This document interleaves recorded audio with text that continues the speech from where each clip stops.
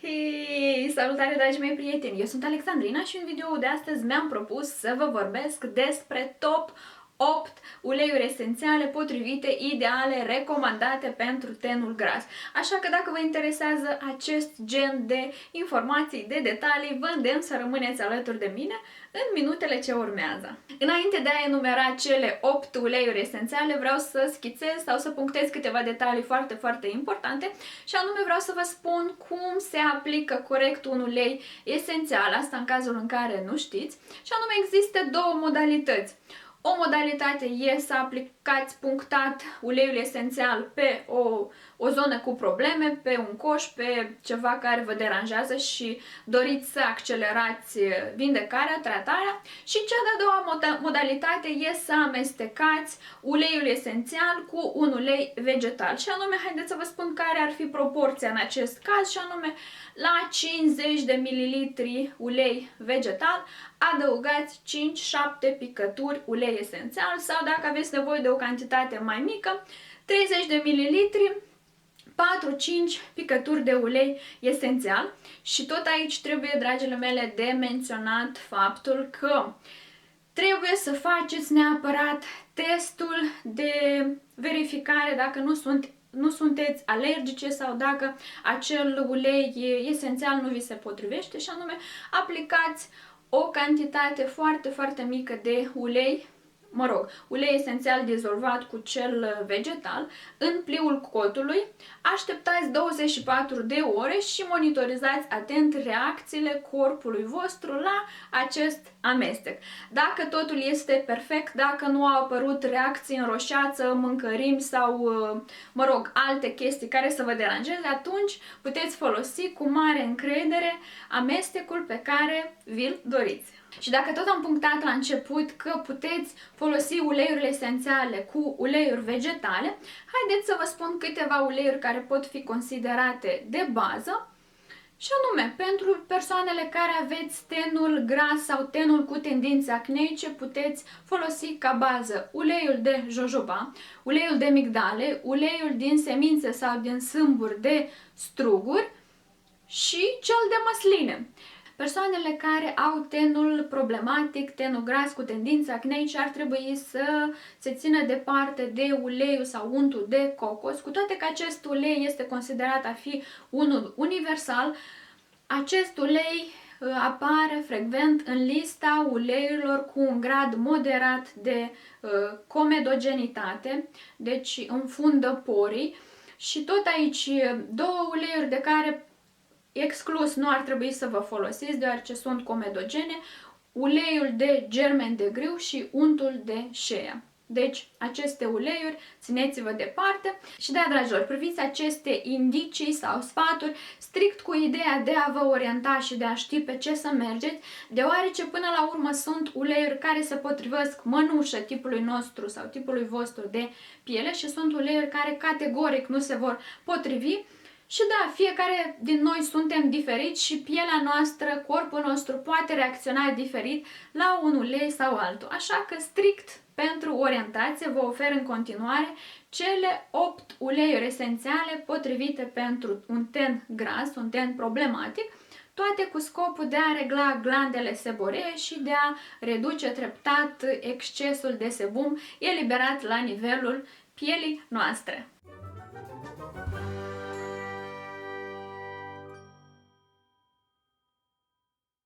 O să încep, dragii mei, prin a vă vorbi despre uleiurile esențiale pe care voi deja le cunoașteți, multe din voi le folosiți, cele care aveți tenul gras, tenul cu tendințe acneice, și anume uleiul esențial de arbore de ceai.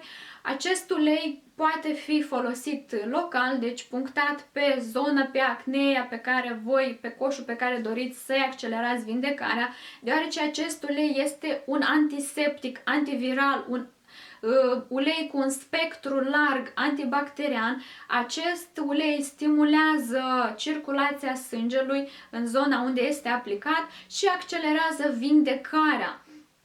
elimină roșața și cred că persoanele care au tenul gras, cred că știu că dacă acest ulei va fi aplicat pe coș, în câteva ore roșața, inflamația se va diminua și va accelera vindecarea, deci dispariția problemei cu care vă confruntați.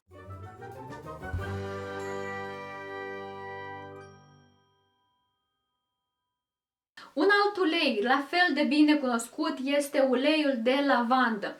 Pe lângă multitudinea de proprietăți pe care o are acest ulei, trebuie să știți că acest ulei este, pe lângă uleiul de arbore de ceai, la fel de important sau un ulei care ocupă un loc de frunte în lista pe care eu astăzi intenționez să vă o enumăr sau să vă vorbesc despre ea.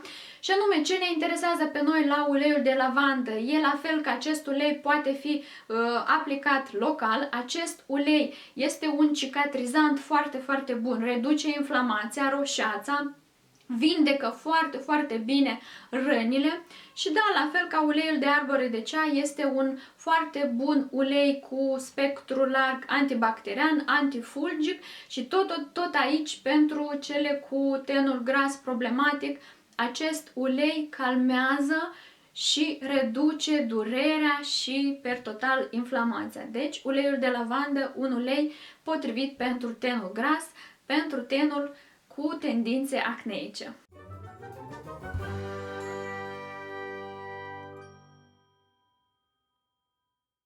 Un alt ulei, la fel de bun, la fel de bogat în proprietăți, este uleiul de rozmarin. Acest ulei este un ulei ce stimulează circulația sângelui și anume, acest ulei se recomandă de a folosit în tratamentele post-acneice, deoarece reduce foarte mult semnele sau este un foarte bun cicatrizant, estompează petele rămase după acnee, vindecă, deci tratează pielea local, deci așa cum am spus este un foarte bun stimulant al circulației sângelui și da, pe lângă această proprietate de bază, la fel ca și celelalte uleiul de rozmarin este un antiseptic, un antifungic și un antidezinfectant foarte, foarte bun. Și tot aici, dacă sunteți în perioada post-acneică și doriți să estompați petele rămase, trebuie să știți că uleiul de ricin este foarte, foarte bun pentru asemenea tratamente și trebuie să menționez că aici pe canal există un filmuleț în care vă prezint un astfel de tratament, așa că o să inserez link aici sus, așa că aveți mai multe soluții la îndemână.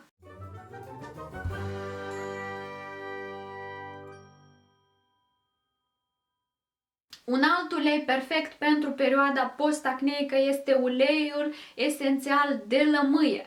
Acest ulei, la fel, pe lângă proprietățile lui de dezinfectant, de antifungic, uleiul respectiv accelerează vindecarea, albește la fel petele rămase de pe urma acnei și totodată trebuie de menționat că acest ulei accelerează vindecarea și în cazul în care la nivelul pielii se văd clar indicii de sângerare sau pielea noastră sângerează, acest ulei va opri sângerările.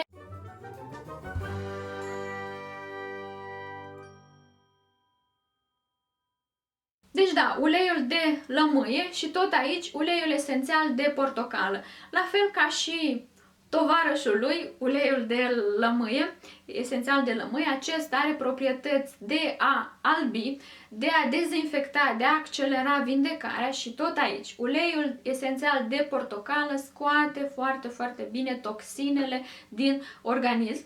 Așa că dacă vă place mirosul de portocală, neapărat mergeți și introduceți acest ulei în rutina voastră de îngrijire.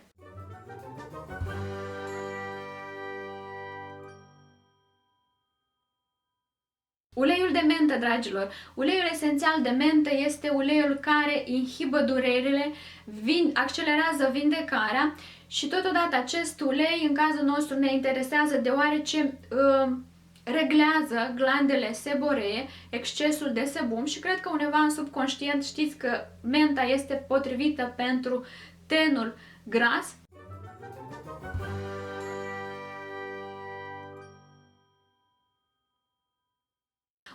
ulei, nu la fel de bine cunoscut, dar cu proprietăți foarte, foarte benefice, este uleiul esențial de bergamotă. De ce ne interesează pe noi acest ulei și care sunt beneficiile lui pentru tenul gras? Întâi de toate trebuie să știți că acest ulei, pe lângă faptul că reglează glandele seboree și elimină excesul de grăsime, acest ulei sau funcțiile lui de bază este să micșoreze porii, deci ideal pentru tenul problematic, pentru persoanele care au tenul cu pori dilatați. Deci alegeți și introduceți în rutina voastră acest tip de ulei.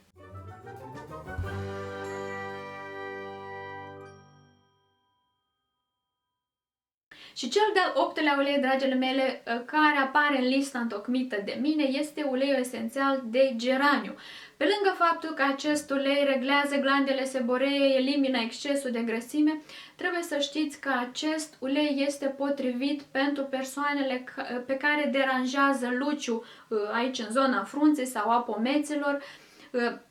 Dacă sunteți în această categorie, orientați-vă să folosiți creme sau hidrolate pe bază de geraniu, deoarece veți constata, dacă veți folosi aceste produse ca bază la make-up-ul vostru, veți constata că acest luciu nu apare atât de frecvent sau cum apărea în mod obișnuit.